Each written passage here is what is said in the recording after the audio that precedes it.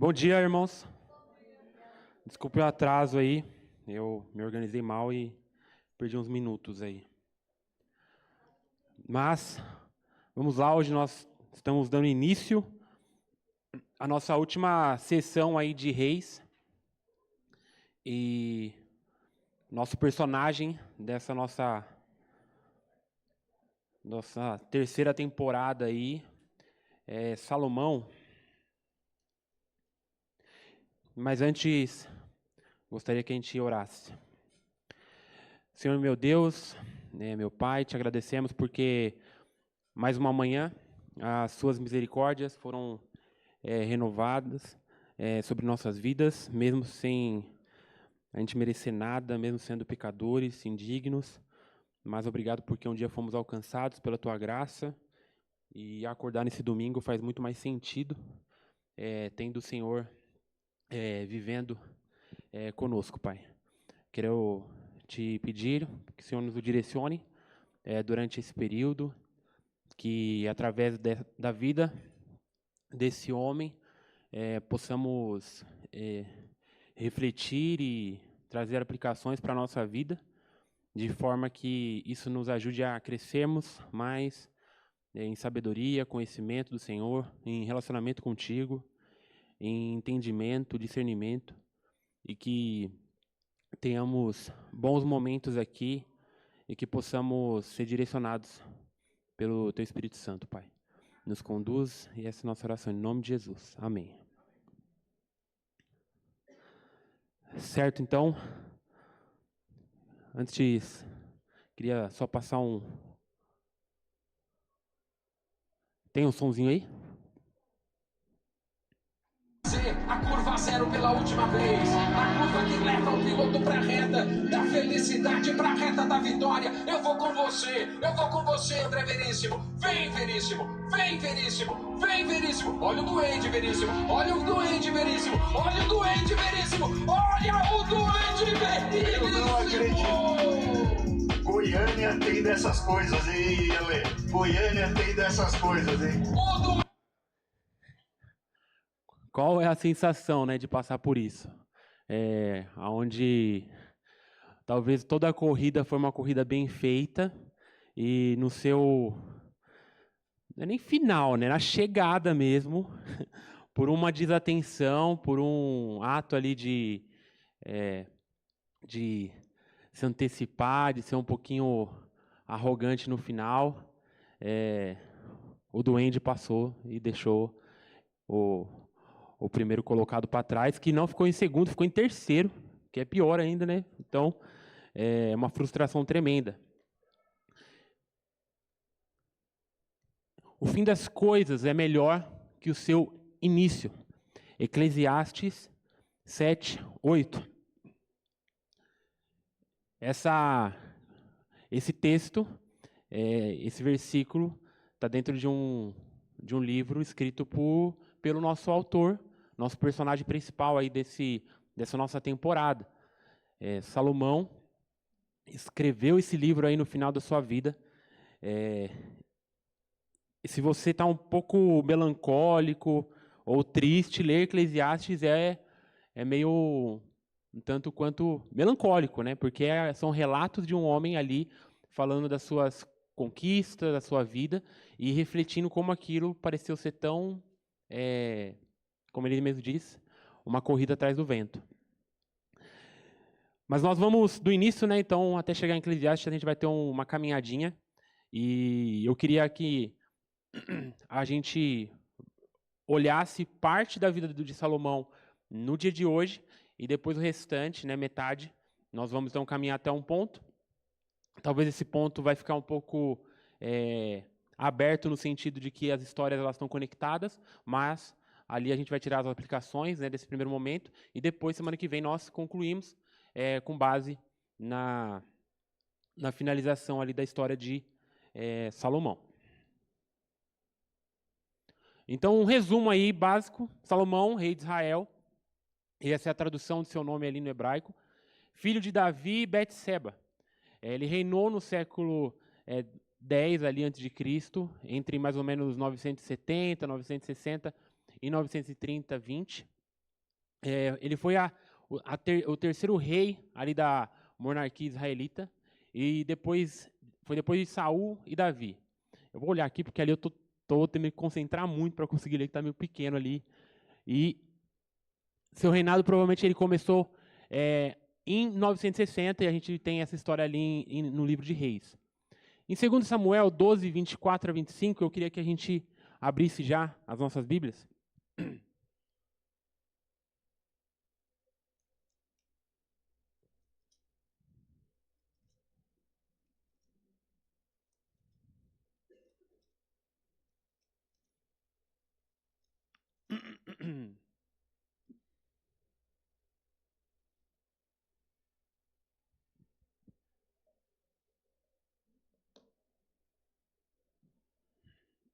Capítulo 12.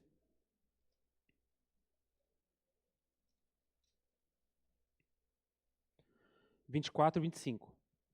Então Davi consolou Batseba, sua mulher, teve relações com ela e teve um filho, a quem Davi deu o nome de Salomão. E o Senhor o amou.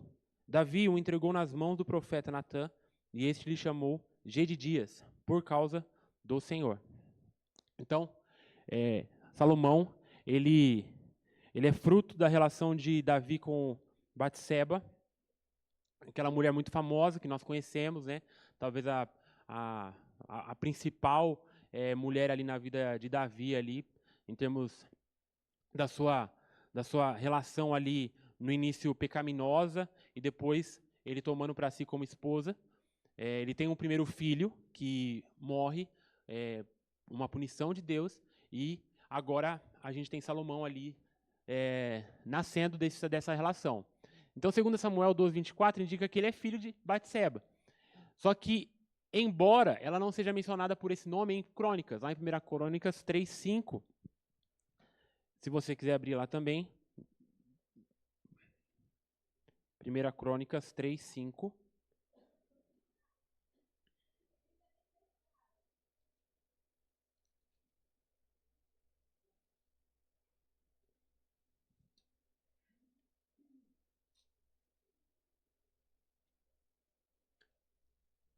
Diz o seguinte, versículo 5. Estes nasceram em Jerusalém, Simeia, Sobabe, Natã e Salomão. Esses 4 lhe nasceram de Betshua, filha de Amiel. Então, aqui ele tem um nome diferente ali mas o Batshua indica ser um outro nome para Betseba. Lembrando que 1 Crônicas e Reis, eles são livros que eles andam em paralelo ali, contando a história. E no livro de Reis, provavelmente a gente vai ter uma autoria dada a Jeremias. E o livro de Crônicas, nós vamos ter uma autoria dada a Esdras e Neemias. Então, são profetas que olham para trás e fazem um relato ali de toda essa história monárquica ali do povo de Israel. Em 1 Crônicas 22, 9, diz que o nome de Salomão derivou de Shalom, traduzido como paz. Contudo, isto não é mencionado no relato do nascimento de Salomão, em 2 Samuel. Então, lá em 1 Crônicas 22, um pouco mais para frente aí, a gente vai ver o significado do nome de Salomão.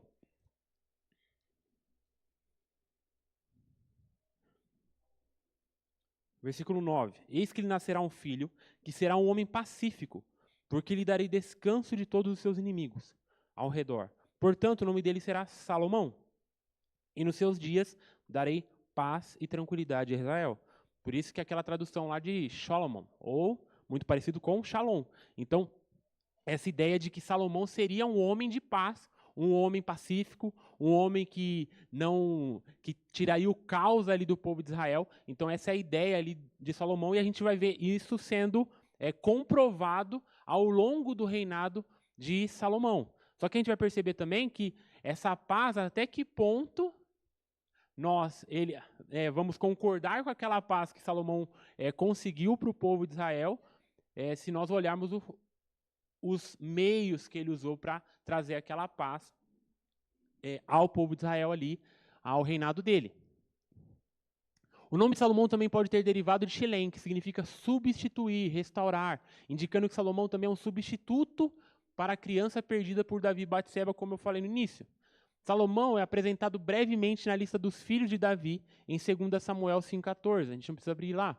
Seu relato de nascimento é encontrado em 2 Samuel 12:24, 12:24 e 25, como nós já lemos. A sua ascensão ao trono ela é contada em 1 Reis 1, que nós vamos ver alguns trechos, com seu reinado ocorrendo em 1 Reis de 2-11. E um relato paralelo é encontrado em 2 Crônicas de 1-9. Então, como eu disse, os textos eles andam ali paralelamente. As principais realizações do seu reinado incluem a construção do Templo de Jerusalém e o estabelecimento de relações com nações estrangeiras. Então, essa ideia, de novo, de que Salomão era um rei de paz. E, de novo, nem sempre a paz, a qualquer preço, traz paz no futuro. E a gente vai ver isso comprovado, né, depois, quando nós formos ali para o reino dividido e todas as consequências ali. Só que Salomão é muito interessante a história de Salomão. Porque se nós fizermos uma pesquisa rápida, se você colocar o nome de Salomão na internet ou for numa biblioteca, você vai ver vários livros sobre Salomão que não tem em si um cunho religioso. Então, Salomão ele ganhou uma notoriedade ao longo das épocas, fruto da sabedoria que nós vamos ver mais à frente. E uma história muito curiosa, esse homem aqui, não sei quem lembra dele, Max Geringer, ele era um administrador de empresas, um conselheiro voltado para a área de negócios, e ele conta uma história muito interessante. Ele tinha um programa na rádio CBN, onde ele falava sobre negócios, falava sobre toda essa ideia, né, de empresas, e ele conta a história de Brandon Hugner, lá no programa de economia dele, no programa de negócios dele. E ele conta, ele criou uma série ali contando a história desse homem, os feitos dele, o que ele fazia com as empresas, como ele administrava, como ele ganhou reconhecimento, e foi falando e tal. E no final da história dele, gente, ó, é o seguinte, esse Brandon Hugner, ele não existe. Esse homem se chama Salomão. Só que se eu tivesse falado isso lá no início, provavelmente a maioria dos ouvintes teriam largado a história e teriam deixado de me ouvir. Então, Salomão, hoje, se você colocar em qualquer programa voltado para a área de negócio, voltado para a área de economia, até hoje essa ideia de coach, né, uma ideia moderna aí de uma prosperidade aí baseada quase que numa ideia de autoajuda, você vai ouvir falar sobre Salomão. Você vai ouvir falar sobre os princípios que Salomão utilizava, só que eles vão aplicar isso a essa ideia de negócio, essa ideia de riqueza, essa ideia de dinheiro. E nós sabemos sim que Salomão tem vários princípios ali em Provérbios, ou se a gente acompanha os relatos ali em 1 Reis, de um homem muito sábio. Só que nós percebemos como o mundo ele gosta ali das formas ali que algumas pessoas na Bíblia utilizam, mas obviamente que eles não querem o Deus de Salomão. Mas é muito interessante isso, como Salomão ganhou essa história. Então, depois você pode dar uma pesquisada, você vai ver vários relatos de homens que não são teólogos, que não são pastores, que não são pregações, mas que estão falando sobre Salomão. Por quê? Porque Salomão tem todo esse lastro de um administrador, de um homem de negócios, um homem que cuidava bem da economia.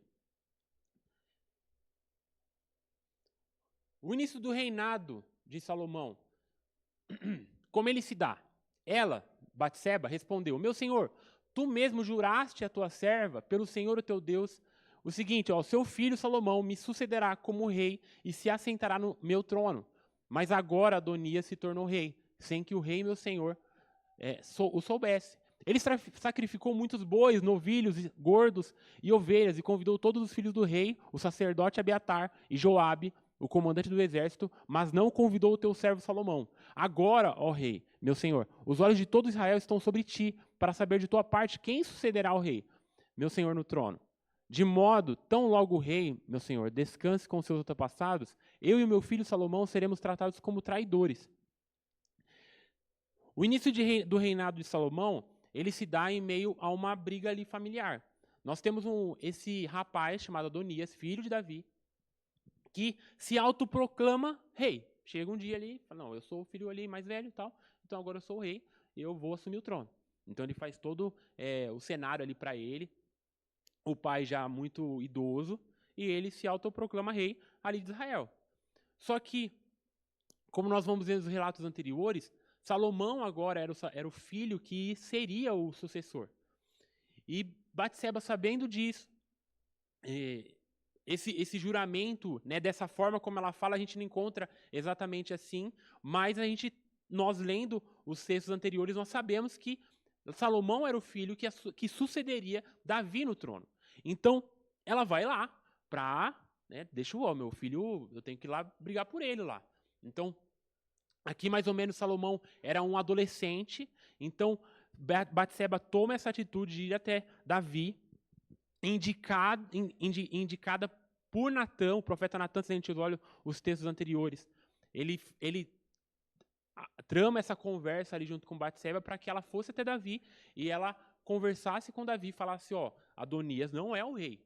Adonias não é para ele ser o rei. O rei é meu filho.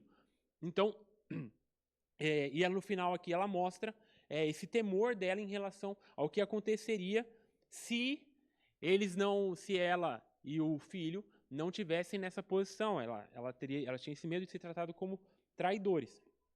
Então, o início, o cenário ali do início do reinado de Salomão, ele se dá em meio a isso. E para isso a gente, agora, no texto que a gente vai ficar um pouco mais focado, lá em 1 Reis, você pode voltar agora.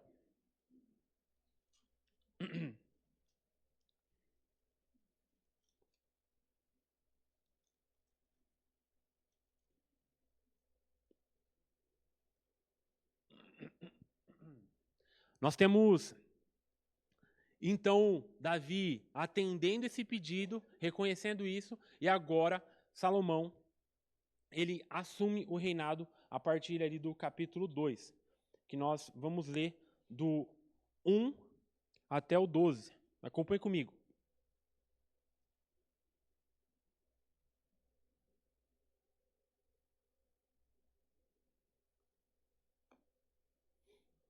Quando se aproximava o dia da morte de Davi, ele deu ordens a Salomão, seu filho, dizendo: Eu vou pelo caminho de todos os mortais. Portanto, tenha coragem, seja homem. Guarde os preceitos do Senhor, seu Deus, andando nos seus caminhos, guardando os seus estatutos, os seus mandamentos, os seus juízos, os seus testemunhos, como está escrito na lei de Moisés. Assim você será bem-sucedido em tudo o que fizer e por onde quer que você for.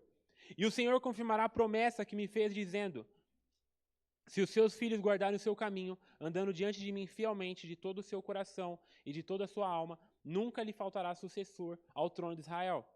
Você também sabe o que me fez Joabe, filho de Zeruia, e o que fez com os 2 comandantes do exército de Israel, com Abner, filho de Ner, e com Amasa, filho de Jeter.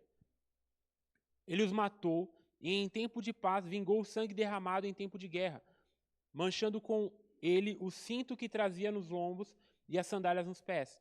Portanto, faça segundo a sabedoria que você tem, e não permita que ele morra em paz com idade avançada, mas seja bondoso com os filhos de Barzilai, o gileadita, e que eles estejam entre os que sentam à sua mesa para comer, porque estiveram ao meu lado quando eu fugia por causa do seu irmão Absalão. Versículo 8. Eis que você também terá de lidar com Simei, filho de Gera, filho de Benjamim, de Baurim, que me lançou uma terrível maldição no dia em que eu ia a Manaim. Porém, ele veio ao meu encontro junto ao Jordão, e eu, pelo Senhor, lhe jurei, dizendo que não mataria a espada. Mas agora não o tenha por inocente, pois você é um homem sábio, e bem saberá o que deve fazer com ele, para que ele seja sepultado com os cabelos brancos manchados de sangue. Davi morreu e foi sepultado na cidade de Davi. Davi reinou sobre Israel durante 40 anos, e 7 anos em Hebrom e 30 anos em Jerusalém.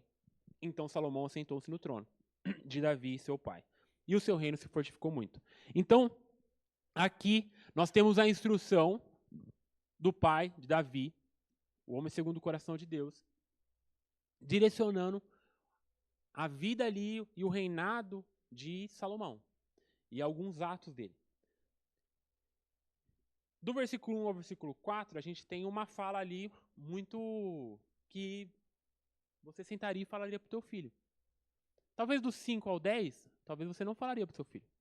Porque nós temos um relato ali de uma vingança, né? Um olhar que Salomão deveria ter em relação a alguns homens traidores, ofensores ali, e o que Salomão deveria cumprir em relação a esses homens.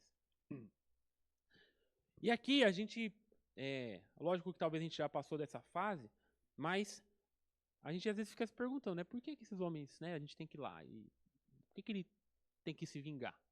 E lembrando que nós estamos aqui falando de um período do Antigo Testamento onde Deus, na sua justiça e soberania e perfeita justiça, ele sabia aqueles que deveriam deixar de viver e aqueles que não deixariam de viver. E nós vamos ver isso, inclusive, no próprio relato do que Salomão faz com esses homens. O primeiro deles é Adonias, seu irmão. De 1 Reis 2, de 3 a 25, nós temos ali Adonias, que tinha o desejo de tomar o trono, e durante o versículo, dos versículos 3 ao 25, ele chega até Davi, pedindo para que ele desse por esposa. Você pode olhar aí os versículos 3 a 25, não vai dar para a gente ler todos, por causa do nosso tempo, mas ele pede a Davi para que ele tivesse por esposa uma mulher. O nome dela, Abisag. Essa mulher está no final da vida de Davi.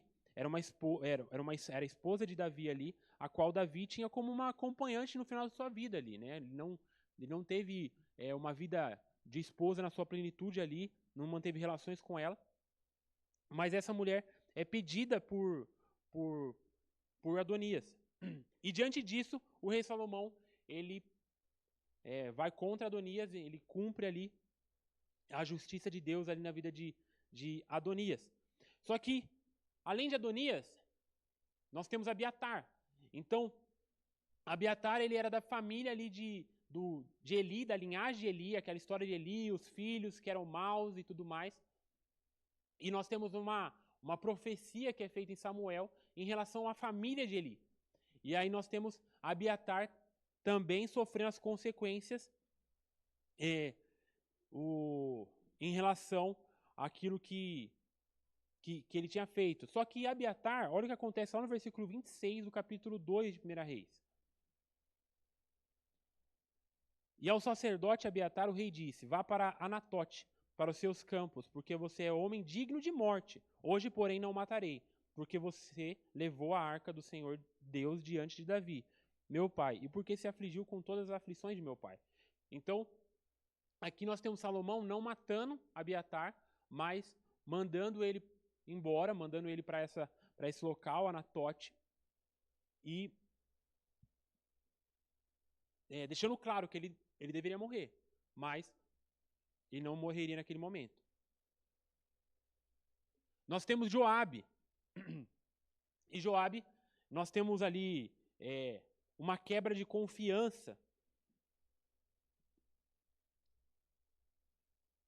A partir do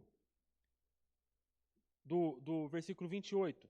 Quando essa notícia chegou a Joabe, porque Joabe tinha se desviado para seguir Adonias, embora não tivesse se desviado para seguir Absalão, ele fugiu para o trabalho do Senhor, pegou nas pontas do altar.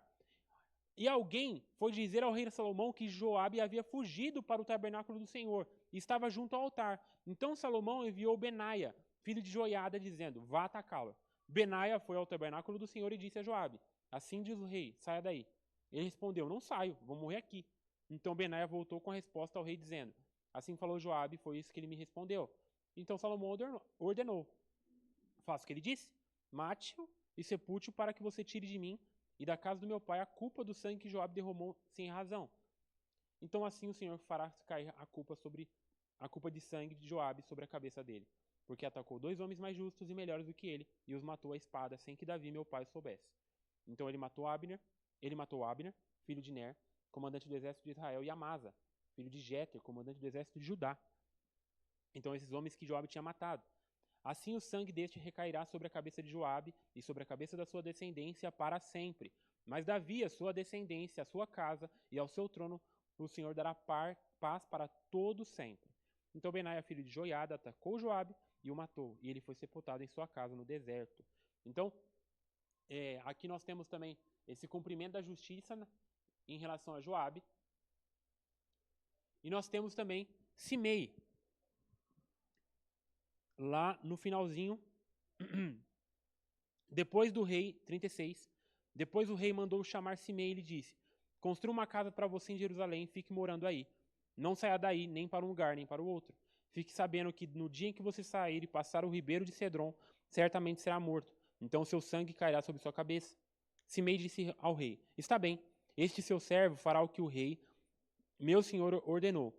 Simei ficou morando em Jerusalém por muito tempo, mas ao final de 3 anos, 2 escravos de Simei fugiram para Quis, filho de Maca, rei de Gate, e foram contar isso a Simei. Obrigado. Dizendo: eis que os seus escravos estão na cidade de Gate. Então Simei se levantou, preparou seu jumento e foi até Gate, para junto de Aquis, em busca de seus escravos. Simei foi e trouxe de Gate os seus escravos. Salomão foi avisado de que Simei tinha ido a Jerusalém, de Jerusalém a Gate, e que já havia voltado. Então o rei mandou chamar Simei e lhe disse: eu não fiz você jurar pelo Senhor, e não avisei dizendo: no dia em que você sair para um lado ou para o outro, saiba que você certamente será morto? E você me disse: está bem, concordo. Por que então você não guardou o juramento do Senhor, nem a ordem que lhe dei? E o rei disse a Simei: você sabe muito bem, e o seu coração reconhece todo o mal que fez a Davi, meu pai. Por isso o Senhor fez recair sobre a sua cabeça o mal que você fez. Mas o rei Salomão será abençoado, e o trono de Davi será mantido diante do Senhor para sempre. O rei deu a ordem a Benaia, filho de Joiada, e ele saiu, atacou Simei e o matou. E assim se firmou o reino sob o domínio de Salomão. Então nós temos esses homens que no início de Salomão parece que ele faz ali uma limpa ali daqueles que precisavam deixar ali de estar perto, né, no sentido de localidade. Ele faz isso com 2. Então, talvez a gente poderia inferir aqui que se Abiatar também tivesse voltado ali, tivesse descumprido a ordem, talvez teria tido a mesma consequência de Simei. Mas nós vemos que essa necessidade ali de limpeza, trazendo para os nossos dias, muitas vezes nós também precisamos tirar algumas coisas para que a gente possa trabalhar em questões que Deus quer fazer em nós e através de nós. Então, lógico que talvez você não tenha ninguém ali tramando a sua morte ou querendo te atacar e tudo mais, porém, hoje nós também precisamos ter esse entendimento. Salomão era esse filho que daria continuidade no reino de Israel e que daria continuidade em coisas que eram talvez maiores em termos tanto de administração e tudo mais, como seu pai. Ele não seria um rei mais de guerra, ele seria um rei ali da administração, do crescimento ali do reino de Israel. Mas para isso precisava acontecer algumas questões ali que Davi deixa para ele, algumas pessoas que precisavam sim sofrer a justiça de Deus. E Salomão as aplica ali, como a gente vê, logo no início do seu reinado. Então, o capítulo 2 começa falando sobre isso. Antes de falar sobre qualquer empreendimento, antes de falar sobre qualquer ação de Salomão, a primeira coisa que ele fez foi fazer aquilo que teu pai falou para ele fazer. Esses homens, você precisa vingá-los, porque esses homens já foram condenados por Deus. E novamente, a gente... Às vezes, nós sabemos que algumas coisas precisam ser deixadas de lado, né? E infelizmente a gente continua. A gente a gente às vezes faz, né, como a gente diz, pouco caso de algumas questões.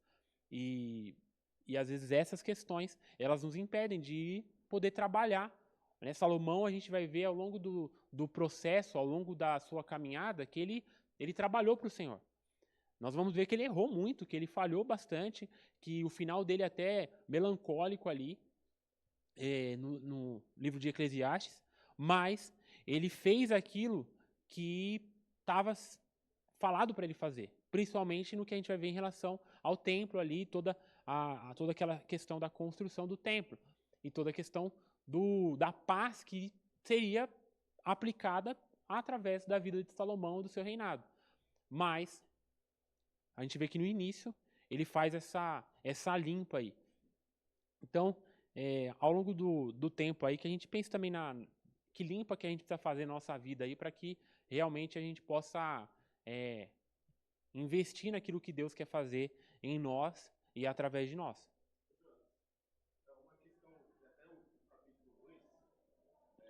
Ele começa a falar para Salomão, ele fala questão de obediência, né? Que ele precisa obedecer a Deus e logo em seguida ele vem com a palavra dele, né? A respeito dele.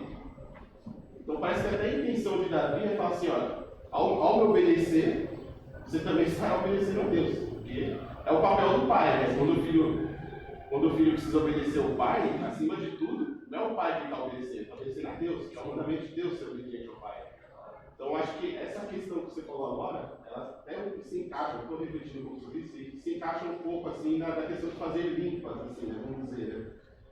Né? Porque a primeira ideia é que a gente quer obedecer a nós mesmos, né? O nosso próprio coração e aquilo que é tranquilo para nós. Né? A gente não quer entrar em coisas intranquilas, vamos dizer assim, coisas que vai gerar conflito, coisas que vai gerar problemas. E é mais fácil a gente buscar um caminho mais fácil, mais tranquilo, que não vai causar nada para mim, não vai causar dor para ninguém, aí a gente acaba não obedecendo a Deus, porque muitas vezes obedecer a Deus requer que você vá para um caminho difícil, né? E aí a gente fica com a nossa obediência ao nosso próprio prazer, a nossa própria vida tranquila, né? E, então acho que o que Davi faz é justamente colocar Salomão nesse caminho. Ó. Você precisa obedecer a Deus, não nem a você e nem aos homens. Tá? Então faça isso que eu estou falando para você. É muito interessante, né? Como Davi, ele é realmente esse instrumento na vida de Salomão e como pais aqui presentes, né? Eu, futuro pai, se Deus quiser, precisaremos ter essa postura de direcionamento, né? Vocês andaram mais que seus filhos, seja um filho pequenininho como Mateus, mas seja um filho maior ali, né? E às vezes são palavras que precisam ser dadas, né? Então, com certeza ainda o seu Mário tem conversa com o Michel e são conversas ainda de pai para filho. E precisa ter essas conversas. Hoje, num sentido mais de honra, né? Aqueles que já estão com suas famílias, aqueles que já passaram de fase, né? Mas ainda de ouvir e ainda de entender. Aqui no caso, Salomão ainda era um jovenzinho, né? Tinha ali seus 15, 16 anos. Com certeza precisava de muita instrução, né? Você vai ser rei agora de um povo grande aí, né? Então, realmente era um desafio grande, um desafio bem, bem árduo ali para Salomão e Davi tem essa palavra e nós vemos que Salomão cumpre. Ele cumpre. Talvez a gente fique pensando, né? Imagina ele chegando em Joabe e provavelmente Joabe já era um senhor ali, um comandante da alta, e ele, um garotinho, falou assim, ó, você vai morrer. Então, às vezes, esses cenários a gente também precisa trazer para a nossa realidade, porque a gente não está falando de Salomão aqui com 40 anos, chegando num comandante ali de 40 e poucos anos e falando assim, ó, eu vou exercer a justiça de Deus aqui. Não, ele está falando de um jovem, um garoto. Então, e aqui a gente pode, né, lembrar daquilo que Paulo fala sobre ninguém desprezar a mocidade, né, falando ali para Timóteo, e entendendo, lógico, né, o contexto ali do Novo Testamento, mas às vezes um jovem temente ao Senhor, ele vai fazer muito mais do que um velho que está com o coração arredio, um coração arrogante, um coração que não está voltado para Deus. Então, o Senhor, ele faz essas coisas, né? Se o jovem for rebelde, aí ele vai ser pior do que o idoso, que também o é. Mas isso é algo interessante, né? Acho que jovens que têm essa postura de ouvir os mais velhos, que são tementes ao Senhor, que são guiados pela palavra, nós temos uma probabilidade muito grande de ter um bom encaminhamento aí, um bom direcionamento na vida dos mais jovens. E aí, nós temos uma segunda parte, onde uma parte famosa, né, da vida de Salomão. Você pode abrir lá em 1 Reis 4:12.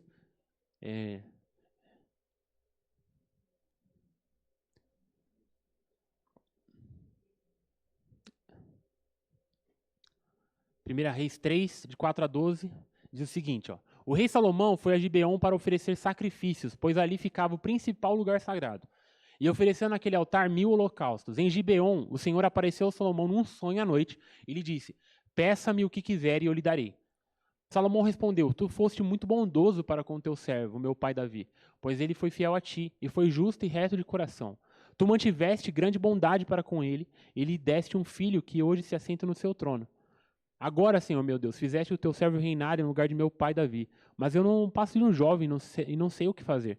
Teu servo está aqui entre o povo que escolheste. Um povo tão grande que nem se pode contar. Dá, pois, ao teu servo um coração cheio de discernimento para governar o teu povo, e capaz de distinguir entre o bem e o mal. Pois quem pode governar este grande povo? O pedido que Salomão fez agradou ao Senhor. Por isso Deus lhe disse, já que você pediu isso, e não uma vida longa, nem riqueza, nem pediu a morte de seus inimigos, mas discernimento para ministrar a justiça, farei o que você pediu. Eu lhe darei um coração sábio e capaz de discernir, de modo que nunca houve, nem haverá ninguém como você. Então, esse é o pedido. Antes que a gente converse um pouco sobre essa parte, a gente pode tomar um café ali e voltar para o segundo tempo. Vamos lá.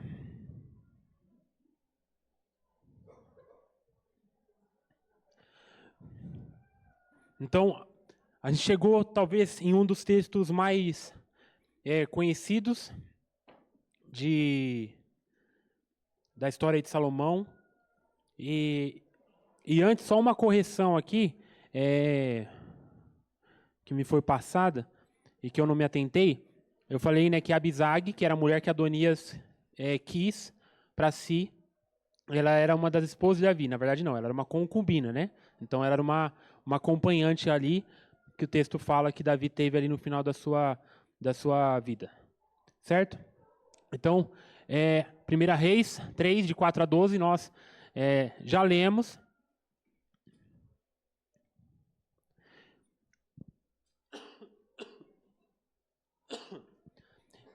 E a gente tem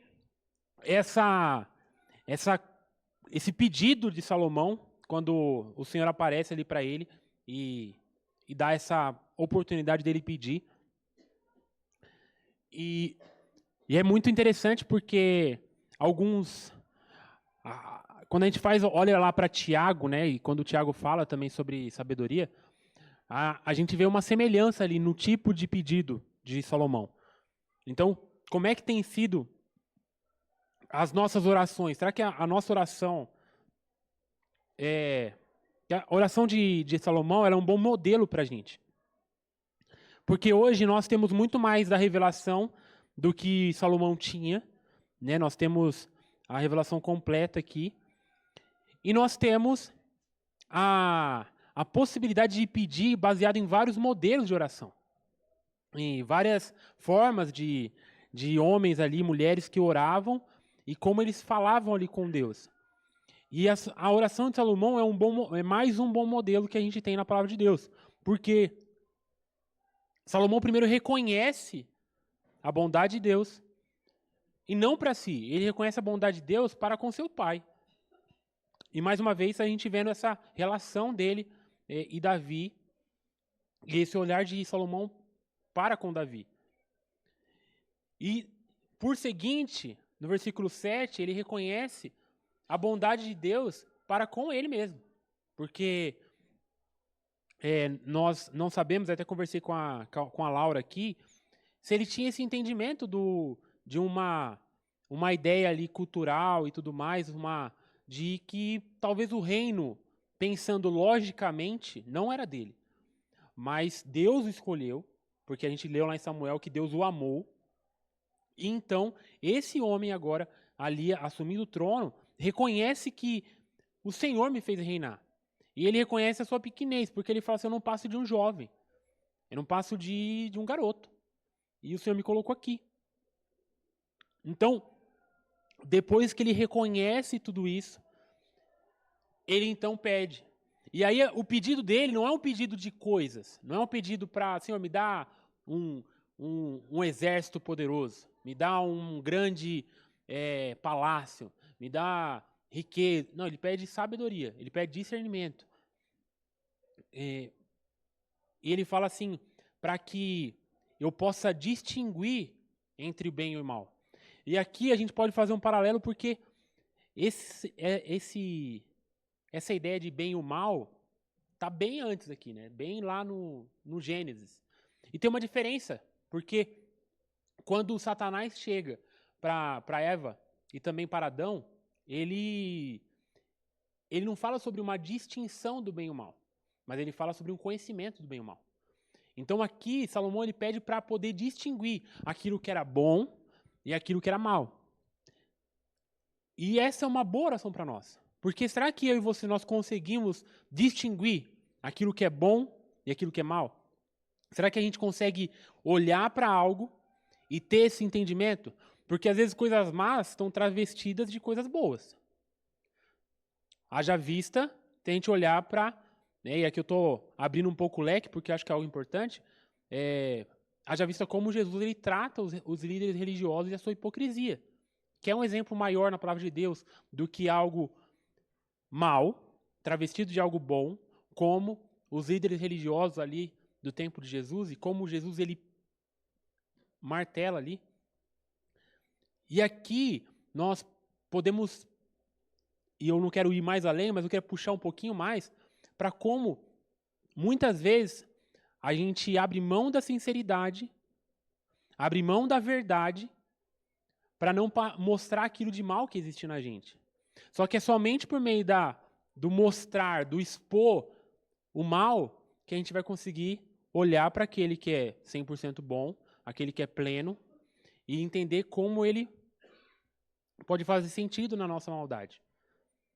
Então, Salomão ele pede para ele ter essa distinção. Senhor, me ajuda a distinguir entre o bem e o mal. Pois quem pode governar esse teu grande povo? Então, Salomão aqui, ele entende que isso era necessário, era imprescindível para ele poder cuidar de tudo aquilo que Deus estava colocando na mão dele. Então, essa oração, ela é até um pouco, se a gente pensar, ela vai na contramão. Enquanto Salomão está pegando um caminho de ser um grande rei, um grande líder, um grande...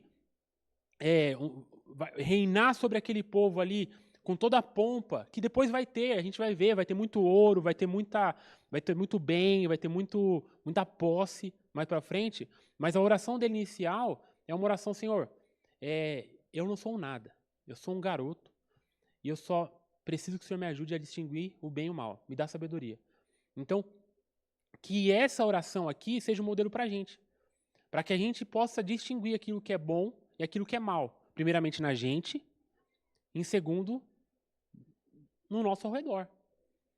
Então, esse pedido de Salomão agrada ao Senhor. E aí, então, Deus dá a resposta para ele, fala que vai dar a ele um coração sábio, capaz de discernir, de modo que nunca houve nem haverá ninguém como você. E aqui, a gente volta para a ideia porque, de novo, talvez Salomão é o personagem bíblico com mais... E não que isso signifique a resposta desse texto, mas aonde a gente vê ele sendo citado em várias linhas de conhecimento até hoje. Então, um bom modelo aí para nossas orações e de como a gente fala com o nosso Deus e aquilo que a gente pede. Desculpa. Eu tomei um sustinho aqui. No começo que tinha um rapaz que lia os livros de Salomão e se baseava por aqui. Agora só uma pergunta, essa sabedoria que Salomão tem, é a mesma sabedoria que essas pessoas buscam assim, para conhecer as coisas? Uma ótima Tem uma pergunta. diferença aí? Porque parece que algo que vem de Deus mesmo é algo próprio, assim, não é coisa que você busca, que você conquista conhecimento livre, sabendo das coisas. Aí eu acho que vem a questão, de novo, né, dessa sabedoria Que vem de Deus e também, hoje, pela ação do Espírito Santo, a gente sabe que a nossa sabedoria que a gente busca é uma sabedoria que vem do alto. Mas a gente vai ver que Salomão, a gente vai ver textos onde Salomão, ele não tinha só ações em termos de administração, e a gente vai ver isso mais para frente. Mas Salomão, ele era um biólogo, talvez. Salomão, ele era um engenheiro. Salomão, ele tinha conhecimento em várias ciências. O texto bíblico fala isso para a gente. Então, pode falar. Salomão mesmo coloca o princípio da sabedoria é o temor do Senhor. Exatamente. Então, a sabedoria de quem teme ao Senhor é diferente da do mundo. E aqui a gente tem que fazer uma distinção entre conhecimento e sabedoria. Conhecimento, o mundo está cheio. Sabedoria é como colocar esse conhecimento em prática, no nosso caso, de tal forma que agrada. Então, aí que a distinção se faz. Eles, muitas vezes, não têm a sabedoria, porque eles têm muito conhecimento, mas não têm o temor do Senhor. Exato. É quando O próprio, o exemplo que a gente mostrou no início, né, o Max Geringer, lá, que fazia o programa de negócios, ele não estava pensando em mostrar o Deus de Salomão, e nem nada disso. Ele estava pensando em mostrar aquilo que se aplicava à ciência dele ali, à ideia de negócios e o que ele queria passar para aquelas pessoas que estavam ouvindo. Mas hoje nós temos o entendimento, e graças a Deus por isso, que Salomão é sim um bom modelo para várias áreas, mas principalmente de alguém que temia o Senhor em meio às suas falhas. E o interessante é que essa ideia aqui, aí também complementando, é que a oração de Salomão é uma oração que, como a gente vai ver lá em 1 Coríntios, né, quando Paulo fala sobre a sabedoria e a loucura, ele fala que Cristo é a sabedoria de Deus. Então, hoje, nós buscarmos a sabedoria é buscarmos a Cristo. O relacionamento pessoal com Cristo. Salomão não tinha ali toda a revelação, Cristo ainda não tinha sido encarnado e tal, mas a oração dele, Senhor, eu sou um jovem, eu preciso do Senhor comigo. Eu preciso de uma relação do Senhor comigo, de intimidade comigo, para que aquilo que eu fizer, aquilo que eu colocar em prática, eu vou colocar de forma sábia, não porque é um conhecimento, como a Cristina falou, mas porque é o Senhor comigo. O Senhor está do meu lado. Então, essa é a oração que a gente tem aqui nas falas de Salomão. Então, a nossa oração tem que ser, Senhor, preciso do Senhor comigo. Preciso do Senhor aqui, intimidade. E hoje nós temos Cristo. Cristo é uma pessoa. Ele quer ter um relacionamento pessoal com a gente. Isso a gente vai ter que colocar em prática diariamente por meio da palavra de Deus, por meio do relacionamento, por meio da oração, por meio do discipulado, para que a gente seja cada vez mais semelhante a Cristo, que é o nosso modelo. Então, essa é uma pequena, acho que para a gente pensar nessa questão da oração de Salomão. E aí a gente tem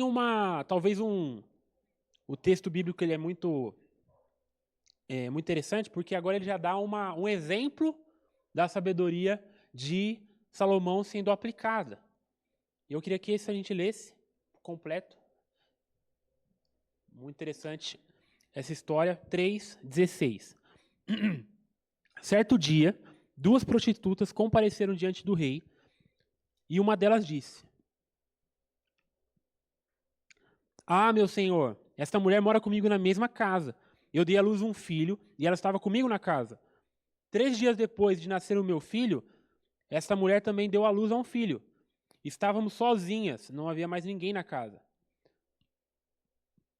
Certa noite, esta mulher se deitou sobre seu filho, e ele morreu. Então ela se levantou no meio da noite, pegou o meu filho, enquanto eu, tua serva, dormia, e o pôs ao seu lado. E pôs o filho dela morto ao meu lado. Ao levantar-me de madrugada para amamentar o meu filho, ele estava morto. Mas, quando olhei bem para ele de manhã, vi que não era o filho que eu dera à luz. A outra mulher disse: não, o que está vivo é meu, o morto que é seu. Mas a primeira insistia: não, o morto é seu, o vivo é meu. Assim elas discutiram diante do rei. Então o rei Salomão disse: esta afirma: meu filho está vivo e o seu filho está morto. Enquanto aquela diz: não, seu filho está morto, o meu está vivo. Então o rei ordenou: tragam-me uma espada. Trouxeram e ele ordenou: cortem a criança viva ao meio e deem metade a uma e metade a outra. A mãe do filho que estava vivo, movida pela compaixão materna, clamou: por favor, meu senhor, dê a criança viva a ela e não a mate. A outra, porém, disse: não será nem minha e nem sua. Corte ao meio. Então o rei deu o seu veredito: não matem a criança. Deem-na à primeira mulher. Ela é a mãe. Quando todo Israel ouviu o veredito do rei, passou a respeitá-lo profundamente, pois viu que a sabedoria de Deus estava nele para fazer justiça. Então, nós temos essa história bem curiosa, assim, né? Essas duas mulheres aí que moravam juntas, né? Prostitutas e tudo mais. E as duas têm filhos na mesma época. E uma delas, né, mata seu filho ali, dorme em cima dele e depois ela faz um esquema ali para tentar trocar as crianças. A mãe do filho que estava vivo, que foi trocado, ela tem um sono muito pesado, né? Porque para acontecer tudo isso aí não acordar, mas eu também tenho sono pesado, então entendo ela. É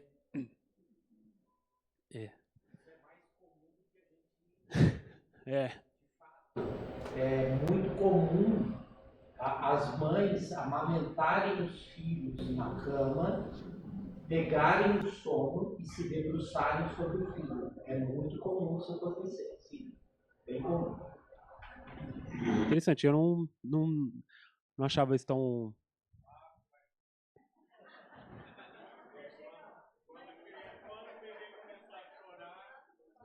Gente, pior que eu não acordo à noite, cara. E agora? Será que o sono fica mais leve depois que a gente vira pai?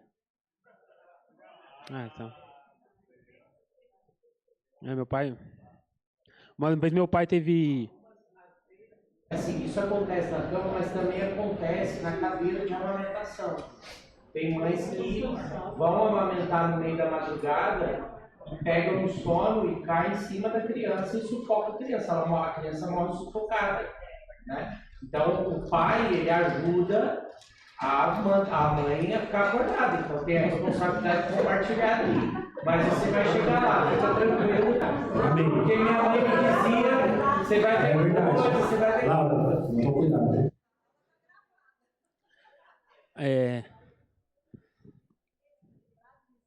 Enfim, vamos lá. A gente vê essa decisão ali de Salomão muito sábia ali, porque é muito interessante. Eu li e reli algumas vezes, e como ele teve essa ideia, né? Nossa, eu acho que ninguém ia pensar nisso, né? Ali, né? Dentro do contexto deles e tudo mais. Só que a história acontece, né? Como a gente leu, e aqui a gente vê, né? Amor de mãe é amor de mãe, então ela fez aquilo que talvez que toda mãe faria. E o 28 ele nos mostra que quando todo Israel ouviu o veredito do rei, ele passou a respeitá-lo profundamente, pois viu que a sabedoria de Deus estava nele para fazer justiça. E isso aqui é interessante porque Salomão é um jovenzinho. Então, assim como qualquer ambiente onde você tem um líder mais novo,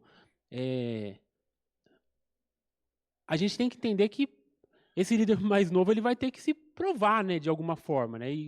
E Salomão aqui parece que tem uma mudança na chave aqui por meio dessa sabedoria que tinha sido dada por Deus a ele, e o autor ali coloca esse comentário aí.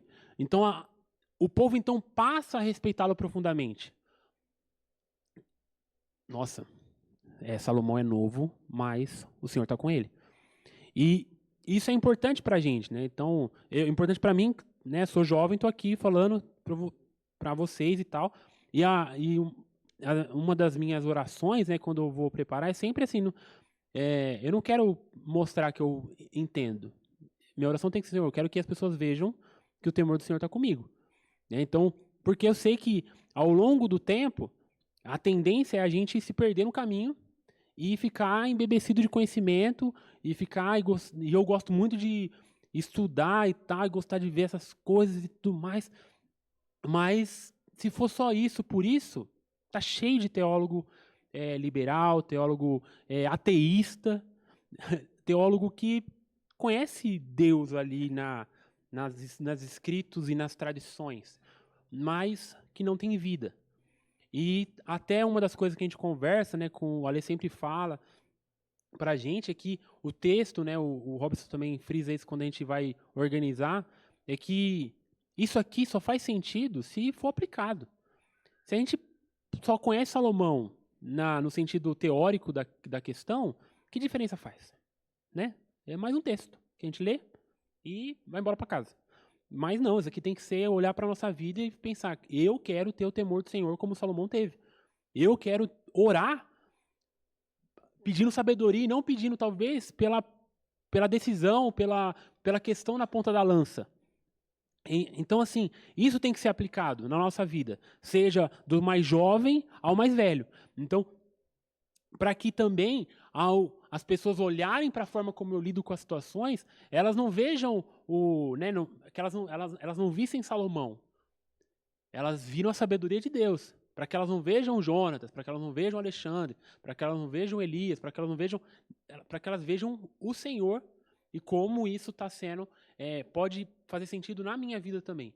Então, esse texto, esse versículo final é muito interessante, porque se for sabedoria por sabedoria, vai ser conhecimento, como a Cristina falou.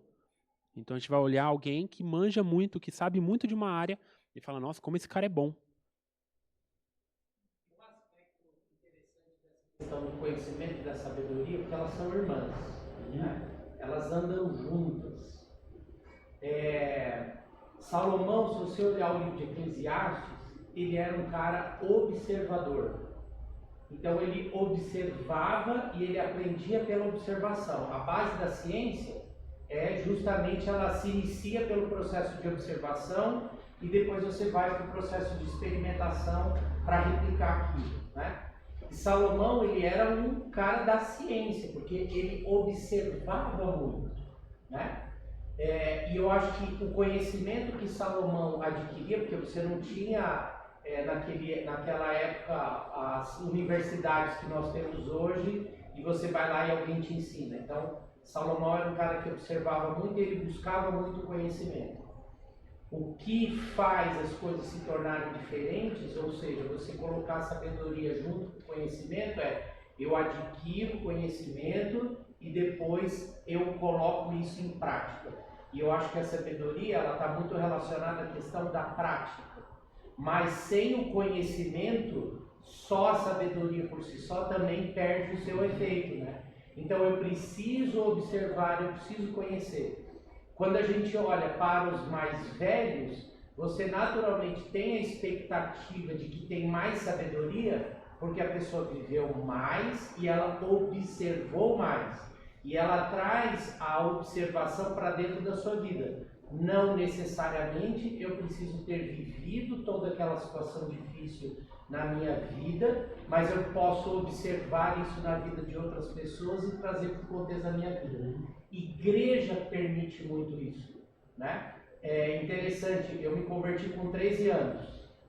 Ao longo da minha vida dentro da igreja, eu tive a oportunidade de observar a vida de muitas pessoas, né? Educação de filhos, aqueles que deram certo, aqueles que não deram certo, pessoas que começaram bem a sua jornada e terminaram bem, e outros começaram bem e não terminaram bem. Então, a sabedoria ela está em observar tudo isso e trazer isso para a sua vida de forma prática. E aí, com o tempo, você vai se tornando cada vez mais sábio, né? Então, é interessante porque Salomão era um cara que tinha conhecimento, mas ele conseguia colocar esse conhecimento em prática na vida e nos julgamentos dele. Sim. E aí ele se tornou um cara muito sábio. Isso aí, muito interessante. E lembrando que a base, né, da educação no Ocidente, ela é cristã, né? A ideia de universidade, a ideia do... Então, assim, às vezes a gente ouve falar, né, de que hoje até é usado isso muito, que o cristão ele é burro, o cristão ele não estuda, o cristão é contra a ciência. Muito pelo contrário. Na verdade, o cristão, a gente tem bases em diversas áreas. Muitos das criações, das invenções que a gente tem no mundo ocidental é de cunho ali cristã. Se a gente for para principalmente o período da reforma e tudo mais. Então, mas isso é para uma outra aula aí. Só esse detalhe da reforma, que eu acho que é legal, isso que você está falando aqui, o que fez com que a gente mudasse foi justamente o acesso ao conhecimento. Conhecimento da palavra de Deus. E a reforma, ela abriu, escancarou o conhecimento bíblico na vida das pessoas, e isso começou a provocar mudança na vida. Então o conhecimento ele anda junto aí. Com certeza. E glória a Deus por isso, né? Que a gente não perca isso. Então, a gente vê essa aplicação da sabedoria de Salomão aí nisso tudo. E aí a gente vai ter uma mudança aí do cenário, onde Salomão começa a colocar em prática aquilo que seria para ele fazer, que são todas as questões relacionadas ao templo. E a gente vai terminar nossa aula falando um pouquinho sobre isso. Não dá para a gente ler tudo, mas a gente tem uma divisão aqui, que é, primeiramente, né, antes da gente adentrar nessa questão do templo, a gente tem uma base que até faz sentido logicamente para que então ele tenha até essa moral para requerer, para fazer o templo, para ir atrás das parcerias e tudo mais. E o texto o livro de 1 Reis 4, se você ver, ele tá repartido bem dessa forma aqui. Então, do versículo 1 ao 19, a gente vai ver que Salomão ele tem essa referência na administração. Então, o texto ele vai descrever vários homens que estão sobre ali a tutela dele, sobre o governo dele, então oficiais, comandantes, e todos aqueles homens que ele coordenava para gerir todo o povo. No versículo 20 ao 28, o texto ele vai narrar toda a riqueza ali. Então, um exemplo são o número de cavalos, e cavalos naquela época era algo muito raro. É como se falasse hoje que Salomão ele tinha ali uma coleção de milhares de Lamborghinis. Então, um rei que tem milhares de Lamborghinis hoje é um rei que tem bastante riqueza, né? Que é um carro muito de luxo, né? Então, naquele tempo, ter cavalos, numa sociedade que o comum era você ter jumentos, você ter camelos, você ter um número expressivo de cavalos, que a gente vai ver entre o versículo 20 e o 28 de 1 Reis, demonstra ali o tamanho da riqueza que Salomão tinha. E aí no versículo 29 a 34, nós temos o reconhecimento. Salomão, ele superou as fronteiras, ele começou a ser percebido e reconhecido por várias nações ali ao redor. Então, toda essa bênção aí que ele recebeu, né, dessa aliança com Deus, da sabedoria que Deus tinha dado para ele, agora cria um cenário, né, cria uma cama ali para que então Salomão dê início ao início ali das construções, do planejamento para que o templo fosse estabelecido. Então, depois que a gente tem esse capítulo 4, nós temos então os preparativos para o templo, ali no capítulo 5. E no capítulo 5, está muito bem dividido também, porque nós temos uma aliança que ele faz com Hirão, no versículo 1. Quando Hirão, rei de Tiro, soube que Salomão tinha sido ungido rei, mandou seus conselheiros a Salomão, pois sempre tinha sido amigo leal de Davi. E Salomão, e aí no versículo 6, um pouquinho para frente, agora te peço que ordenes que cortem para mim cedros do Líbano. Os meus servos trabalharão com os teus, e eu pagarei a teus servos o salário que determinares. sabe que não há entre nós ninguém tão hábil em cortar árvore quanto os sidônios. Então Salomão ele faz essa aliança ali com o Irão para que ele tivesse essa mão de obra ali, e a gente vê isso do versículo 1 ao 6 do capítulo 5. Salomão também ele dá passos para que tivesse a matéria-prima ali para o templo. Então, versículo 10 a 12. Então, o Irão se tornou fornecedor de toda a madeira de cedro e de pinho que Salomão desejava. E Salomão deu a Irão 20.000 tonéis de trigo. Então, Salomão foi atrás da matéria-prima. O que a gente está vendo na imagem aí é um cedro do Líbano, e até hoje é uma madeira muito boa aí, que tem aí dentro de quem trabalha com construção, com marcenaria e tudo mais.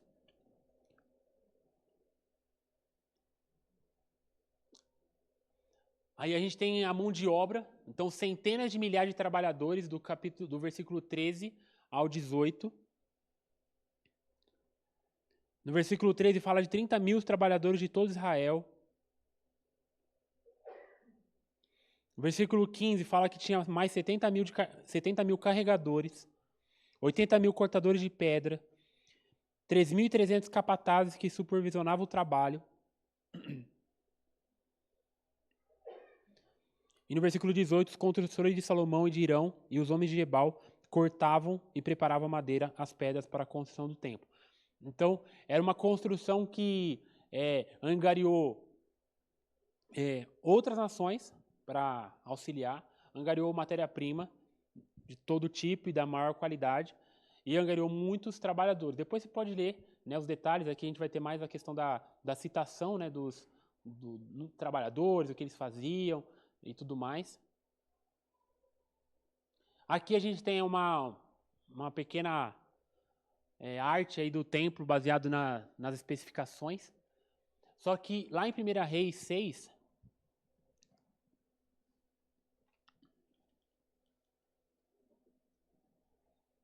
depois que cita todas as especificações, e aí a construção ela começa, eu queria que a gente abrisse e lesse esse texto,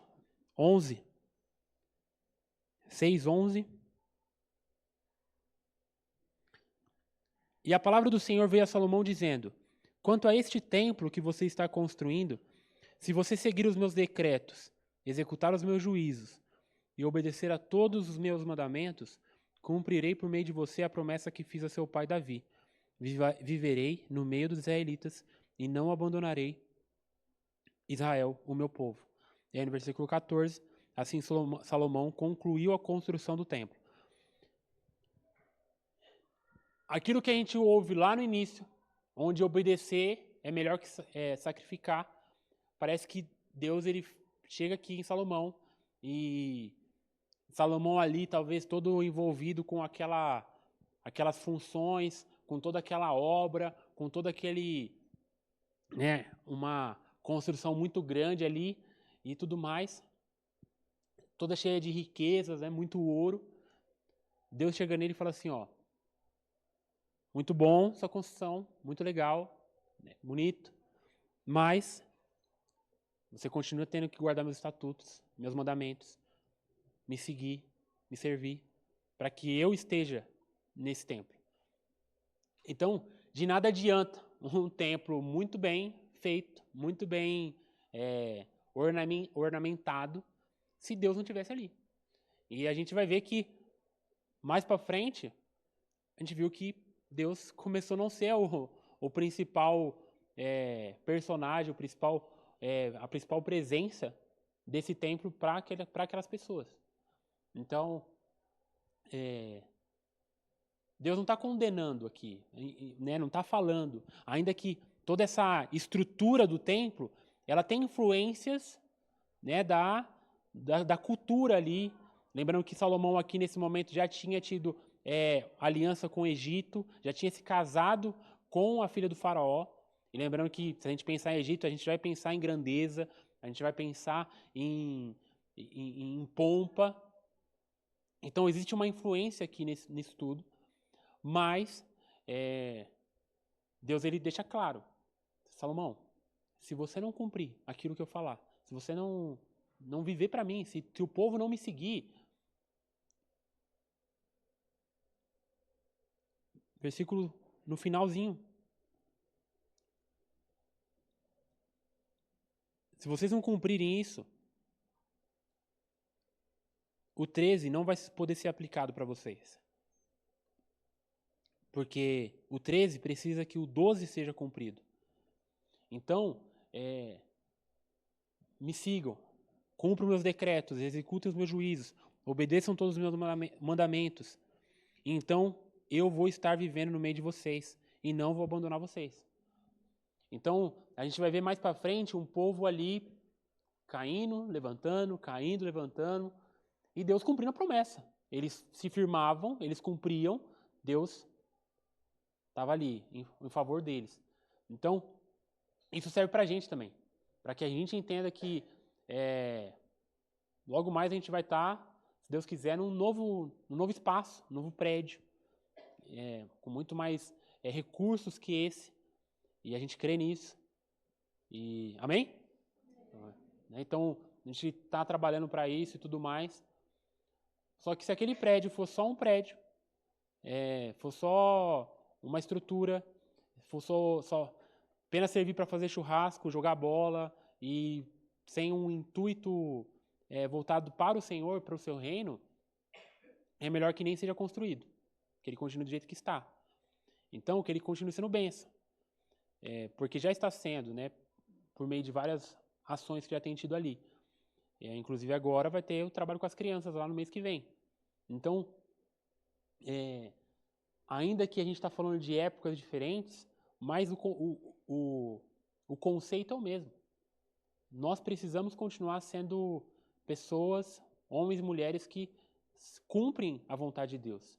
Colocam em prática para que então esse espaço aqui, ele faça sentido, deixe de ser apenas paredes.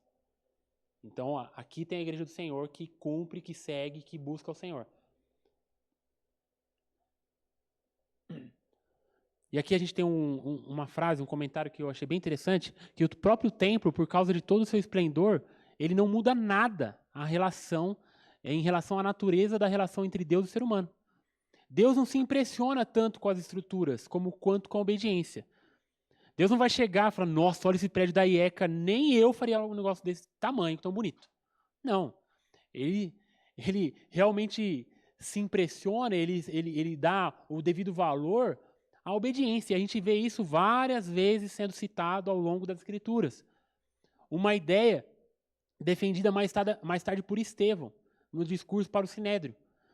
Então, assim, o conceito sempre foi o mesmo, porque Estevão, quando ele está lá rebatendo os líderes religiosos, ele aponta para os líderes religiosos a hipocrisia deles e o valor que eles davam para a estrutura. E o que acontece com Estevão? Morre, apedrejado. Então, a gente precisa sempre colocar isso em prática, entender que se ainda que falha um sistema, probleminhas de som e tudo mais, e esse ano teve problema de som, né, Lê? Então, mas se não tiver pessoas que estejam aqui para servir ao Senhor, para louvar o Senhor, para estudar a palavra, para servir de maneira excelente, pode ter o melhor sistema, mais moderno de todos e tudo mais, uma tela de LED, um sistema de som de última geração, vai ser inútil. Aí a gente vai voltar, vai ser correr atrás do vento. Porque Salomão, essa é a proposta dele que a gente vai ver concluída na semana que vem. As coisas por si só, elas são como correr atrás do vento. Precisa ter o Senhor em todo esse envolvimento aqui. Então, para que Ele nos ajude a perceber e a beleza dos templos jamais é garantia alguma de que Deus não vai deixá-los nem entrar juízo sobre eles. Os templos passam. Olha lá no Rio Grande do Sul, quantas igrejas, prédios. Tem um vídeo que ficou famoso, que é a água correndo assim, e tem só uma torrezinha assim, ali, vagando ali, acho que em Arroio do Meio lá. A igreja que eu trabalhei lá, que eu passei um tempo lá, ficou com água para 2 metros para cima. A igreja que a gente trabalhou. Só que aquilo é um prédio. né? As pessoas estão ali. E para finalizar, em cima disso, porque eu acho que é importante, nessa igreja tinha um rapazinho que ele tinha um problema intelectual, eu até citei isso na aula aqui com os jovens na semana passada, e ele foi discipulado por um pastor que trabalhou lá há muito tempo, que era amigo em comum, assim, comigo. E esse rapaz, assim, tinha algum tipo grau de autismo, algum espectro de alguma deficiência intelectual, mas ele amava o Senhor Jesus. Isso a gente conheceu ele em 2022. Conversei muito com ele e aquilo me impressionou muito, de ver alguém que não tinha toda a capacidade intelectual, mas que foi amado pelo Senhor, foi discipulado e que amava Jesus. E eu pude ver esse cara no vídeo agora, né, da reconstrução, e ele está lá, trabalhando, levando uma madeirinha para construir a igreja e tudo mais. Então, assim, isso que importa, no final das contas. A igreja lá está destruída. Só que o Senhor vai continuar vivendo no nosso meio se cumprirmos os seus mandamentos, executar os seus juízos, discipularmos pessoas, amarmos uns aos outros, e a gente pode adicionar algumas coisas nesses textos aqui. E só algumas aplicações para nós. A gente tem no final só a descrição da construção, né? A gente vai ter o relato da construção durante 7 anos, e aí são mais questões de especificações e tudo mais, e são mais para modo de conhecimento, depois você pode ler ali. Como que eu tenho me preparado para assumir minhas responsabilidades? Como é que a gente tem, o que a gente tem feito, e não dentro das responsabilidades, mas o que eu tenho, como eu tenho me preparado para fazer aquilo que Deus quer fazer através da minha vida? Independente se eu tenho 30, independente se eu tenho 60, 80, como eu tenho me colocado para exercer aquilo que Deus quer fazer através da minha vida ainda? O que eu tenho feito em relação à oposição? A gente vê que Salomão, diante da oposição, ele executa aquilo que Deus queria que ele executasse. Exercesse a justiça de Deus. E a oposição pode ser uma pessoa, sim, mas pode ser um próprio pecado que está no meu coração e eu não estou me opondo a ele. Eu estou deixando ele crescer ali. Talvez se Davi tivesse deixado Joabe ali, Abiatar ali, ele ia ter problemas mais à frente. Então, o que eu tenho feito em relação à oposição que está se levantando contra mim? E a oposição que talvez eu mesma esteja deixando se levantar. Um pecado, um pensamento, um sentimento. Eu tenho pedido a coisa correta ao Senhor. De novo, o modelo da oração de Salomão.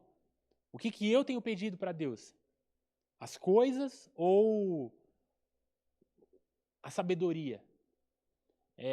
Aquele ditado, né? Você não dá o peixe, você ensina a pescar.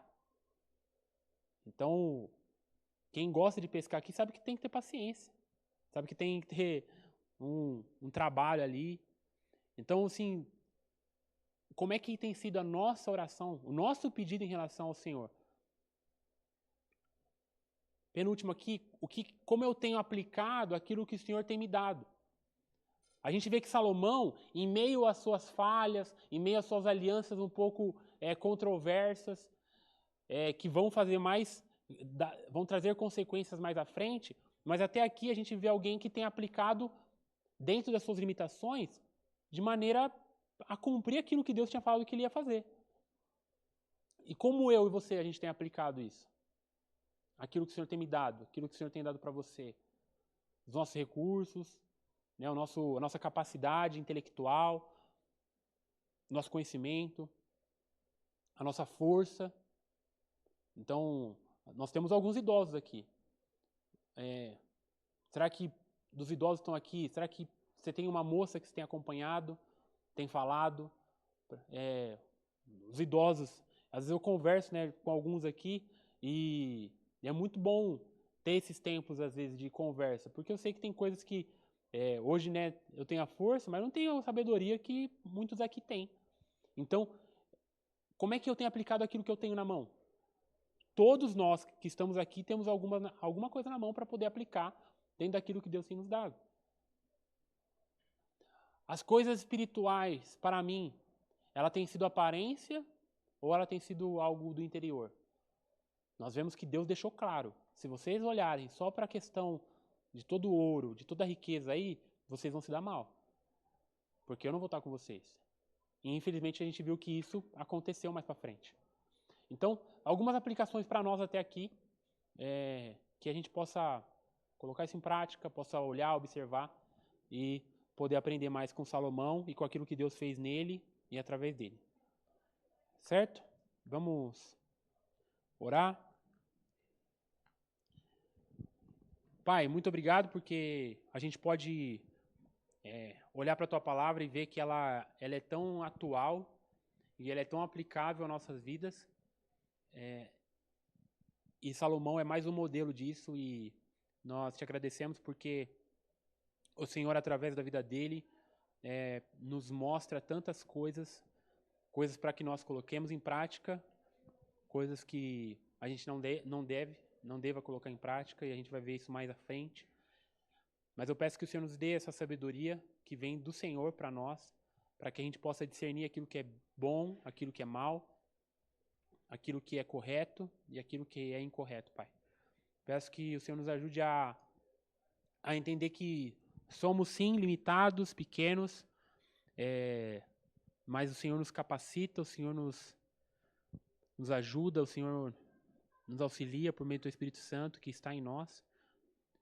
Peço que o Senhor nos ajude a lidar com a oposição, ainda que essa oposição venha do nosso coração, e que a gente seja sincero, Pai, que nós sejamos, que possamos expor esse mal para que então o Senhor venha agir e venha trabalhar na nossa vida. Nos dá humildade nesse processo, nos dá reconhecimento, assim como Salomão reconheceu, e que a gente possa então aplicar, colocar em prática, ainda que coisas grandes o Senhor nos dê para fazer, que a nossa base que foi construída na humildade, que foi construída na sabedoria do Senhor, nos ajude a tomar as melhores decisões, ainda que isso seja difícil, seja penoso, seja grande, mas a gente sabe que o Senhor está conosco. E por fim, Pai, nos ajuda a não levar em consideração aquilo que é externo, aquilo que é superficial, Pai. Que aquilo que está externo, aquilo que está do lado de fora, seja só uma consequência daquilo que está dentro. E que o nosso interior seja mudado pelo Senhor. Hoje nós temos o Espírito Santo que nos ajuda, que nos auxilia, que nos ensina a orar. Nós temos talvez muito mais recursos que Salomão tinha ali.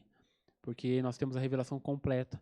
E nós temos a possibilidade de ter um relacionamento pessoal com o Senhor por meio de Jesus. Nos ajuda a entender isso. Peço por esse domingo, pelo culto à noite, que o Senhor nos leve para casa e possamos estar prontos para poder cultuar o Senhor logo mais. Essa é a nossa oração em nome de Jesus. Amém. Bom domingo. Até mais.